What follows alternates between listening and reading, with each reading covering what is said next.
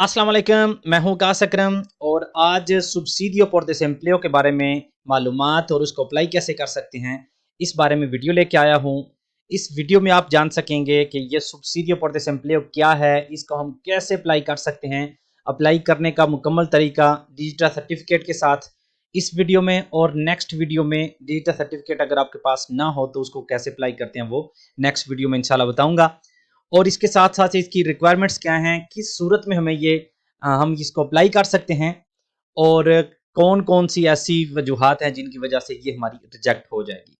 लेकिन इन सारी चीज़ों से पहले एक इल्तिजा कह लें या एक बात जो मैं आप लोगों के साथ करना चाहता हूँ, हमेशा इस तरह की वीडियो से पहले मैं करता हूँ कि अगर हम देखते हैं कि इसकी रिक्वायरमेंट्स पे हम पूरे नहीं आ रहे लीगली तौर पे, और हम थोड़ी बहुत अपने चेंजिंग करते हैं, अपनी जो हमारी इनकम है उसमें कॉन्ट्रैक्ट अपना कम करवा के, या कोई हमारी अपनी फैमिली का बंदा है जिसको हम एम्पादरनामी तो उसकी ख़त्म करवा के घर से, तो अगर इस तरह का हम कोई भी काम करते हैं तो अपने आप को धोखा ना दें प्लीज़। ये ऐसे ही है जैसे कि हम कोई एक इलीगल चीज़, एक हराम चीज़ अपने घर में ला रहे हैं, तो थोड़ी सी अमाउंट के लिए अपनी सारी ज़िंदगी की या अपनी हलाल की कमाई में ये थोड़ा सा हराम की चीज़ आप ऐड मत कीजिएगा। सिर्फ उस सूरत में आप अप्लाई करें जिस सूरत में वाकई आप इसके हकदार हैं। और बहुत सारी फैमिलीज़ हैं, मैं खुद जानता हूं, जो कि बिल्कुल इसकी हकदार हैं और उन्हें ये अप्लाई भी करनी चाहिए, ये उनका हक है, क्योंकि आप यहाँ पे टैक्स देते हैं और आपका ये हक बनता है। लेकिन ये हक उस वक्त तक बनता है जब तक हम इसको कानूनी तौर पे सही तरीके से इसको अप्लाई करें। अगर हम थोड़ी बहुत चेंजिंग करके इसको करेंगे तो बिल्कुल ये हमारा हक नहीं बनता, और जो हक ना बनता वो हमें अप्लाई नहीं करना चाहिए।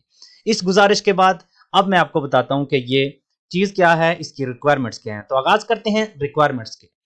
इसकी रिक्वायरमेंट्स ये हैं कि सबसे पहले तो आप desempleado हों, सिचुएशन लेगाल de desempleo पे हों। उसका मतलब है कि आपको काम से निकाला गया हो और आपके पास वो tarjeta de demanda हो, जो कि पारो के लिए होता है।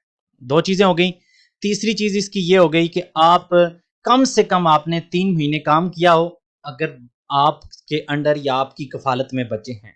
और अगर आपकी कफालत में बच्चे नहीं हैं तो कम से कम आपको 6 महीने जो है ना वो आपने काम किया हो। और उसके बाद आपकी फैमिली के जो पूरे जो रेंटस हैं वो 75% सैलारियो मिनिमो से नीचे हों। मतलब सैलारियो मिनिमो आजकल जो मिनिमम वेज है स्पेन में वो महीने की 1000 यूरो है, तो 750 यूरो से कम अगर आपकी घर की इनकम है महीने की तो आप ये अप्लाई कर सकते हैं। और वो भी उस सूरत में जिस तरह मैंने ऊपर आपको बता दिया है कि आपकी जो पारो वैसे ही नहीं बनती क्योंकि आपने साल तक गई नहीं। लेकिन ये आप उस सूरत में भी अप्लाई कर सकते हैं जब आपकी पारो बनती थी और आपने वो अपनी मुकम्मल कर ली, पारो आपकी खत्म हो गई है, तो अब इसको आप अप्लाई कर सकते हैं। या आपने साल से कम काम किया हो या आपकी पारो खत्म हो गई हो और आपकी फैमिली की इनकम 75% सैलरी मिनिमम से कम हो, मतलब वो 750 से कम हो माना, तो फिर आप इसको अप्लाई कर सकते हैं। अब चलते हैं कि इसकी कितनी देर के लिए होगी। तो यहाँ पे अगर तो आप आपके पास मतलब आपके कफालत में बच्चे हैं तो ये आपकी लगेगी 3 महीने, 4 महीने या 5 महीने महीने जितना आपने काम किया हो। मिसाल के तौर पे आपने 4 महीने काम किया है तो जाहिर सी बात है पारो आप नहीं लगवा सकते क्योंकि साल आपका कॉन्ट्रैक्ट उसके लिए चला होना चाहिए। लेकिन क्योंकि आपने 4 महीने काम किया है तो ये 4 महीने आपकी लगेगी, क्योंकि आपके कफालत में छोटे बच्चे हैं। और ये 21 महीने लगेगी अगर आपने 6 महीने या उससे ज़्यादा काम किया हो। मतलब आपने 7 महीने, 8 महीने या 9 महीने काम किया तो ये 21 महीने के लिए भी आपकी लग जाएगी। और अगर आपके कफालत में बच्चे नहीं हैं तो क्योंकि मिनिमम उसके लिए 6 महीने काम है, तो अगर आप 6 महीने करेंगे तो वो 6 महीने की लगेगी। या अगर आपने 7 महीने किया तो 7 महीने, 8 महीने किया तो 8 महीने की ये आपकी लगेगी। क्वांटिटी इसकी कितनी है, तो ये ईप्रेम का 80% है, जो कि 2023 में बनती है 480 यूरो। तो ये 480 यूरो आपको मिलेंगे उतने महीने जितने आपने काम किया हो। उसके बाद आपको डॉक्यूमेंट्स कौन से साथ लगाने होंगे। तो अगर आप नेशनैलिटी है तो दे नहीं, अगर आपके पास ये एक्सट्रांजेरो हैं तो अपना ये जो हमारा कार्ड होता है तरखेता de identidad extranjero, जो हमारी रेजिडेंट कार्ड होता है, उसके साथ आपने अपना अकाउंट नंबर तो लिखना तो वैसे ही है, लेकिन कोई ऐसी चीज़ जिसके ऊपर आपका अकाउंट नंबर लिखा हो, चाहे बैंक की कॉपी हो जाए या अपना बैंक का अपने जो बैंक की एप्लीकेशन है वहाँ से स्क्रीनशॉट लगा के, जो भी कोई चीज़ हो जिसके ऊपर आपके नाम के साथ आपका अकाउंट नंबर लिखा हो। और क्योंकि यहाँ पे एक चीज़ ऐसी भी है, जब आपने बच्चों का कफ़ालत ऐड करनी होती है तो उसके लिए या तो आप बच्चों की लिब्रे फ़ैमिलिया साथ लगा सकते हैं, या उनके बर्थ सर्टिफिकेट साथ लगा सकते हैं, या कोई भी इस तरह की चीज़ जिससे आपके बच्चे जो है ना वो ज़ाहिर हो सकें। और उसके बाद अगर आपके इम्प्रेसा ने डायरेक्ट सेपे को सर्टिफिकातो दे इम्प्रेसा नहीं भेजा तो इम्प्रेसा से लेके आप ऐड कर सकते हैं, लेकिन अगर उसने भेज दिया तो फिर ज़रूरी नहीं कि आप भी यहाँ ऐड करें। और उसके साथ आपने अपनी जो फैमिली के जो रेंतास हैं, आपकी फैमिली में लोग जो फैमिली मेंबरान हैं वो कितने इनकम है उनकी, वो भी आप डॉक्यूमेंट आपने साथ अटैच करना है। वहाँ पे ऑप्शन आता है लिखने का, लेकिन अगर आप लिखते नहीं हैं तो शायद सिर्फ वहाँ पे आप लिख देते हैं और ऐड नहीं कोई चीज़ करते, तो शायद ये आपसे बाद में मांग लें। तो ये जो है ये लाजमी डॉक्यूमेंट्स आप देख सकते हैं, 2 से मतलब 3 से 4 ही हैं। ये जो रेंतास वाला है ये बहुत आसान है। अगर आप फैमिली में कोई बंदा काम नहीं करता तो उनका आप विदा लाबोराल लगा सकते हैं। अगर तो वो हैं ही 18 साल से नीचे तो फिर ज़रूरत ही नहीं है कोई चीज़ साथ अटैच करने की। जहाँ पे ऑप्शन होगा वहाँ पे आप सिफ़र लिख दीजिएगा, मैं बाद में आपको बताऊँगा। उसके बाद कब इसको आपने अप्लाई करना है, तो जब भी आपका काम ख़त्म होगा जो आपने किया है, या पारो आपकी ख़त्म होगी, तो पारो के लिए प्लासो थोड़ा सा डिफरेंट है, लेकिन काम की बात पहले करते हैं। अगर आपने 4 महीने 5 महीने 6 महीने 7 महीने जितना भी काम किया है, उसके जब काम का आपको ख़त्म होगा तो उसके बाद 15 दिन आबिलेस होते हैं। आबिलेस का मतलब है जो सोमवार से जुमा तक जो दिन होते हैं, काम वाले दिन होते हैं, वो दिया आबिलेस होते हैं। तो वो 15 दिन के अंदर अंदर आपने इसको अप्लाई करना होता है, और इस 15 दिन के अंदर अंदर आपने अपना वो कार्ड वगैरह जो डिसेंपले वाला है वो बना लेना होता है। कैसे आप इसको अप्लाई कर सकते हैं, या तो सीताले के सेपे के ऑफिस जाके आप वहाँ से अप्लाई कर सकते हैं, या अपनी ये सारे डॉक्यूमेंट्स जो मैंने आपको बताए हैं ये किसी भी रजिस्टर पब्लिको में दे सकते हैं, जहाँ से वो स्कैन करके इनको भेज देंगे, या आप ऑनलाइन अप्लाई कर सकते हैं। ऑनलाइन अप्लाई करने का भी तरीका इतना मुश्किल नहीं है, जो कि मैं आपको इसको इस वीडियो में आपको बताऊंगा। डिजिटल सर्टिफिकेट के साथ आप इसको अप्लाई कैसे कर सकते हैं। तो उसके लिए अब हम चलते हैं जो अप्लाई करने के प्रोसीजर की तरफ। तो गूगल पे डायरेक्ट आपने लिखना है, ये सारी इन्फॉर्मेशन आपके पास आ गई। अब आप गूगल पे लिखें ए ट्राबाजाdo menos de un año, मतलब मैंने साल से एक मतलब काम जो है ना वो कम किया है।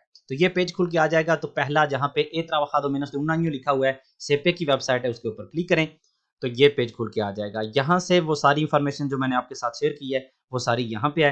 तो क्योंकि अभी आप सब जान चुके हैं, क्योंकि वीडियो आपने इतनी देख ली है, तो डायरेक्ट आप क्लिक करेंगे रियलिसा तुत्रामीदे, इसके ऊपर हमने क्लिक की तो ये पेज खुल के आ जाएगा।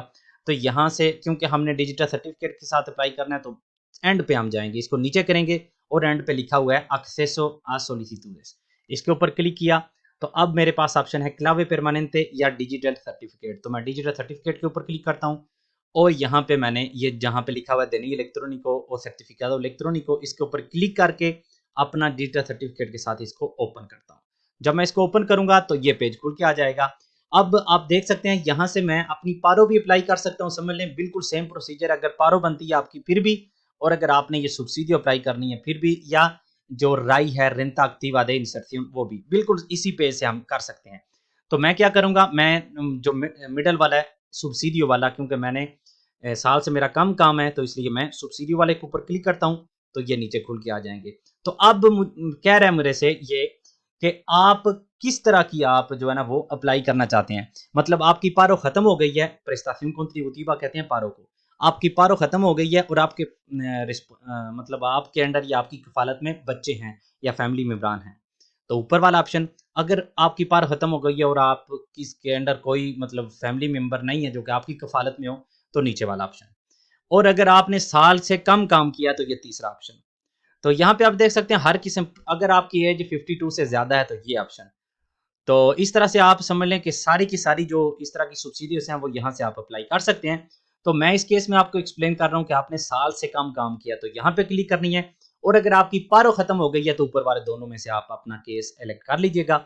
मैं तीसरे पे क्लिक करूंगा। तीसरे पे क्लिक करने के बाद मैं करूंगा इसको कंटिन्यूआर। तो जब आप कंटिन्यूआर करेंगे तो ये पेज खुल के आ जाएगा। यहाँ पे मेरी दातोस पर्सोनालिस पहले से लिखी हुई है। अगर कोई दातोस दातों कम हो तो वो मुझे ऐड करने की इजाज़त होती है, लेकिन ये क्योंकि पहले से ही पूरा है इसलिए यहाँ इनको हम मॉडिफ़ाई नहीं कर सकते। यहाँ पे नीचे मेरा बैंक अकाउंट नंबर भी लिखा हुआ है, अगर आपका नहीं लिखा हुआ तो यहाँ से आपके पास ऑप्शन होगा कि आप इसको लिख दें। ये लिखने के बाद थोड़ा-सा मैं अगर इसको नीचे करूँ, तो ये पेज है, यहाँ पे मेरे बैंक का नाम वगैरह लिखा हुआ है। तो ये कह रहा है कि आपके साथ राब्ता कैसे किया जाए, datos de efectos de comunicaciones मतलब कम्युनिकेशन आपसे कैसे की जाए। correo postal, correo electrónico या एसएमएस। correo postal होता है कि आपके घर लेटर आए, correo electrónico होता है कि आपकी ईमेल हो, और एसएमएस होता है कि आपके मोबाइल पे मैसेज किया जाए। तो मैं यहाँ पे क्लिक करूंगा correo postal पे। तो एक दफ़ा हमने लिख लिया कि correo postal के ज़रिए मतलब लेटर के ज़रिए हमारी नोटिफिकेशन आए, तो अब हम इसको थोड़ा सा ऊपर करेंगे तो ये यहाँ पे लिखा हुआ है मूव रेंटास, इसके ऊपर क्लिक करेंगे और यहाँ पे हमने अपनी जो रेंटास हैं, जो अपने हमारी इनकम है वो हमने यहाँ पे लिखनी है। काम की हमारी कितनी है, पेंशन की कितनी है, या कैपिटल इमोबिलियरी होता है कि आपके पास जो मकान आपने किसी को किराए पे दिए हुए हैं, मतलब ये चीज़ें समझने सिफर ही हैं, क्यों जिस बंदे के पास ये सब कुछ होता है उसको ये अप्लाई करने की ज़रूरत नहीं होती। सिर्फ ट्राबाहो या पेंशन वाले केस में आपने कुछ लिखना होगा, अगर लिखना भी हुआ तो यहाँ पे हम लिखेंगे जो हमारी जो इनकम है वो यहाँ से। तो यहाँ पे अपनी इनकम लिखने के बाद आपने ये नीचे जहाँ पे लिखा हुआ है रेंटास मिembro unidad familiar, तो यहाँ पे अगर तो सेपे के पास आपकी इंफॉर्मेशन हुई, आपका जो पार्टनर है उसका यहाँ पे नाम वगैरह होगा, बच्चों का होगा, कुछ भी नहीं हुआ तो फिर यहाँ से आपने नुएवो पे करना है। नुएवो पे क्लिक करेंगे तो ये आ गया है। तो आपने दातोस de miembro de la unidad familiar, तो यहाँ पे आपने लिखना है ये जिसका आप लिखने जा रहे हैं वो आपका उसके साथ आपका क्या रिश्ता है, उसका नाम, apellidos, DNI, fecha de nacimiento और parentesco, इसके उसके साथ आपका रिश्ता क्या है। तो यहाँ से आपका होगा hijo या cónyuge। cónyuge होता है आपकी वाइफ या आपका हस्बैंड। तो ये लिखने के बाद आपने कर दे यहाँ से नीचे अगर वो 16 साल से ज़्यादा है तो उसके यहाँ पे लिखना है कि आपकी इनकम उसकी इनकम कितनी है और एक्सेप्टर कर देना है, और इसी तरह नुएवो करते जाएंगे आप अगर ऐड आपने ज़्यादा से ज़्यादा करने हुए। सारे फैमिली मेम्बरान इस तरह आप ऐड कर लेंगे। ऐड करने के बाद आपने क्या करना है, थोड़ा सा फिर ऊपर जाना है और जहाँ पे लिखा हुआ है ऑब्जर्वाciones documentación, तो यहाँ इस पेज को खोलना है। ऑब्जर्वाciones में आप यहाँ कोई भी चीज़ 250 अल्फाज तक लिख सकते हैं, जो कि ऐसी इंफॉर्मेशन जो आप ऐड करना चाहें या आप उस बंदे को पहुंचाना चाहें जो सेपे वाला आपकी एप्लीकेशन देखेगा। ये यहाँ पे लिखने के बाद नीचे आप डॉक्यूमेंट्स ऐड कर सकते हैं। तो यहाँ पे आपने क्लिक करनी है कि कौन सा डॉक्यूमेंट आप ऐड करने जा रहे हैं। तो ये सारी लिस्ट है, इसमें से आप लिब्रो द फैमिलिया पे क्लिक करके वो ऐड कर सकते हैं, सर्टिफिकाdo de empresa पे करके वो ऐड कर सकते हैं अगर करना हुआ, और कोई भी और डॉक्यूमेंट अगर आपने करना है जो यहाँ पे आपको मिल ना रहा हो तो otros documentos पे करके आपने ऐड कर देना है। ऐड करने का मतलब तरीका यही है कि इसके ऊपर आपने क्लिक की, क्लिक करने के बाद यहाँ से अर्चिवो सेलेक्शनर अर्चिवो पे करके उसको अदखुंतार कर देना है। ये अदखुंतार करने के बाद आपने करना है इसको कंटिन्यूअर। जब आप इसको कंटिन्यूअर करेंगे तो ये आपके सामने आ जाएगा कि जो कुछ भी मैंने कहा है, लिखा है, सुना है, ये सब सच है, और मैं कोई भी गलत इंफॉर्मेशन देने के बाद उसका खमियाजा भुगतने को तैयार हूँ। मतलब मैंने कोई चीज़ गलत आपको नहीं बताई। ये करने के बाद आपने यहाँ से इसको फिर-मार कर देना है। फिर-मार करने के बाद आपकी एप्लीकेशन जो है ना वो ओके हो जाएगी। मैं इस वक्त इसको फिर-मार इसलिए नहीं कर रहा क्योंकि मैं इस वक्त अप्लाई नहीं कर रहा, सिर्फ आपको दिखाने के लिए ही कर रहा था। तो आपका आखिरी स्टेप है इसको फिर-मार करना, उसके बाद ये अप्लाई हो जाएगी। फिर अगर कोई भी रिक्वायरमेंट हो या कोई भी आपसे राब्ता करना हुआ तो सेपे वाले आपको आपसे, क्योंकि हमने कोडिgo जो correo postal लिखा है तो लेटर के ज़रिए आपसे राब्ता करेंगे। अगर आपने वहाँ ऑप्शन दिया हुआ ईमेल का तो आपको ईमेल आ जाएगी कि ये डॉक्यूमेंट्स हमें पहुँचा दें। तो इस तरह हम इसको अप्लाई कर सकते हैं। तो ये था तरीका हमारा सुब्सिडियो फॉर डिसेम्प्लियो अप्लाई करने का। उम्मीद करता हूँ कि आपको ये वीडियो पसंद आई होगी और आपके लिए ये कारियामद होगी। अगली वीडियो तक के लिए मुझे इजाज़त दीजिए। अल्लाह।